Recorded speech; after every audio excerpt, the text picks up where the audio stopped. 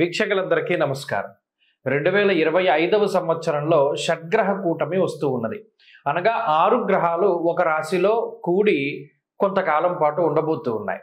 అయితే ఇది కొంత దుష్ప్రచారం జరుగుతూ ఉన్నటువంటిది ఏంటి అంటే, ఈ షడ్గ్రహ కూటమి కొన్ని వందల సంవత్సరాలకి, కొన్ని వేల సంవత్సరాలకు ఒకసారి వస్తుందని, లేకపోతే దీనివల్ల విపరీతమైనటువంటి పరిణామాలు మనం ఎదుర్కొనవలసి వస్తుందని, ఇలా అనేక రకాలైనటువంటి అపోహలు కొంత ప్రచారంలో ఉన్నాయి.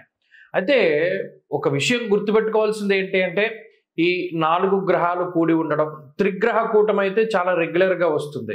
పంచగ్రహ కూటమి కొంత రేర్, 5-6 నెలలకు వస్తుంది. షడ్గ్రహ కూటమి మరీ రేర్, కానీ ఇది రాకపోవడం అన్నది ఏమీ లేదు. కొన్ని వందల సంవత్సరాలు, కొన్ని వేల సంవత్సరాలకు ఒకసారి వచ్చింది. కుంభమేళా జరిగిన తర్వాత వచ్చింది. లేకపోతే ఇంకా రకరకాలైనటువంటి అపోహలు ఉండొచ్చు. ఏ రాశులకి ఇది మంచిది, ఏ రాశులకి చెడు అనేటువంటిది మనం తెలుసుకుంటే మంచిది. మీనరాశి వారికి ప్రత్యేకించి షడ్గ్రహ కూటమి ఒక పీడకల్లా చెప్పచ్చు. ఎందుకు పీడకలంటే, మరి అదే రాశిలో పడుతోంది. ఇంకెక్కడ చూసినా మీన రాశి వాళ్ళు ఇది అయిపోయారు, మీన రాశి వాళ్ళు అదైపోతారు, అసలు వీళ్ళు బతకడమే కష్టం అని చెప్తుంటే ఇక పాపం వాళ్ళు ఏం చేస్తారు? ఇదేం పాపం కాదు. ఈ షడ్గ్రహ కూటాలు పట్టడం అన్నది ఇదేం పాపం కాదు, ఇదేం దోషం కాదు. కాకపోతే ఏంటంటే రేరుగా జరుగుతుంది. ఇప్పుడు ఈ 6 గ్రహాలు అక్కడే ఉండిపోవు కదా. ఓ నెలలో రవి మారిపోతారు, 15 రోజుల్లో బుధుడు, ఓ 2-3 రోజుల్లో చంద్రుడు, శుక్రుడు మారిపోతారు. అలాగే ఒక 2 నెలల వ్యవధిలో రాహు మారిపోతారు. మిగిలేది ఒక్కరు శనేశ్వరుడు మాత్రమే. ఏలినాటి శని అనుభవించడం మీకు అలవాటు అయిపోయింది. కాబట్టి ఇది ఒకటి ఏంటంటే చెప్పదలుచుకున్నది, మీనరాశి వాళ్ళు అంత భయపడిపోవాల్సిన అవసరం లేదు. ఇది కామన్గా జరుగుతుంది. కాకపోతే ఏంటి, ఇప్పుడు చూడండి, మీరు ఏదైనా స్పీడ్గా రోడ్డు మీద వెళుతున్నప్పుడు ఒక స్పీడ్ బ్రేకర్ వచ్చిందనుకోండి, దాన్ని మనం చక్కగా దాటగలిగితే స్లో చేసుకుని, ఆ ఎత్తు ఉంటుంది, అనుభవిస్తాం.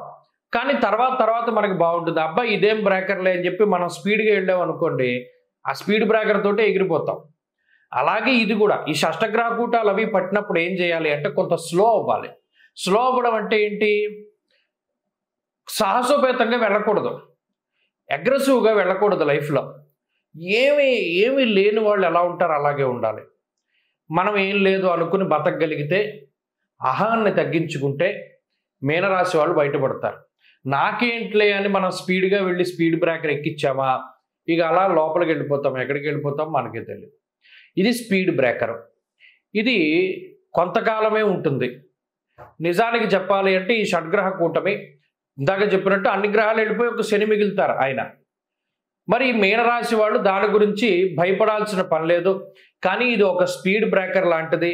చాలా నిదానంగా దాటి వెళ్ళండి, జీవితం చాలా అద్భుతంగా ఉంటుంది. ఎందుకంటే మరలా ఇక్కడ ఇబ్బంది పెట్టిన గ్రహాలే మళ్ళీ ఇంకో స్థానంలో యోగిస్తూ ఉంటాయి. కాబట్టి ఇది బ్రీఫ్గా మనం చెప్పుకున్నటువంటి ద్వాదశ రాశులకి షడ్గ్రహ కూటమి వల్ల వచ్చే ఫలితాలు.